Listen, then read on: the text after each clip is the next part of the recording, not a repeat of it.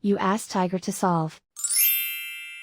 This deals with linear equations with one unknown. The final result is x equals 1 over 5. Let's solve it step by step.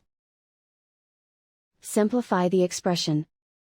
Expand the parentheses. Simplify the arithmetic. Group like terms. Simplify the arithmetic. Group all x terms on the left side of the equation. Subtract 5x from both sides. Group like terms. Simplify the arithmetic.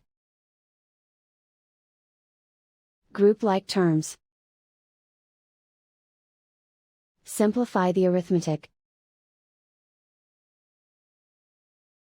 Group all constants on the right side of the equation. Subtract 8 from both sides. Simplify the arithmetic.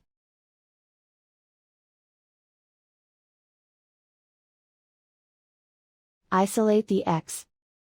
Divide both sides by -15.